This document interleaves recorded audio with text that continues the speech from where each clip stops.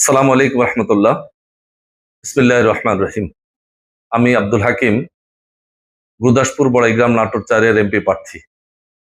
অত্যন্ত আনন্দের সাথে আজকে আমি গুরুদাসপুর বড়াইগ্রামের সমস্ত ভোটারদের সামনে একটি বিষয়কে তুলে ধরতে চাই।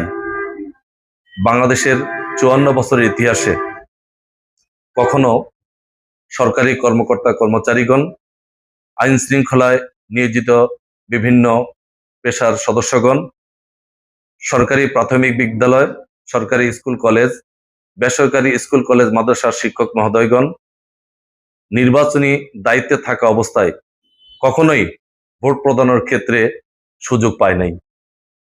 বর্তমান সরকার এই প্রথম সমস্ত নির্বাচনের দায়িত্বে নিয়োজিত সকলের জন্য পোস্টাল ভোটারের মাধ্যমে ভোট প্রদানের একটি সুযোগ করে দিয়েছে।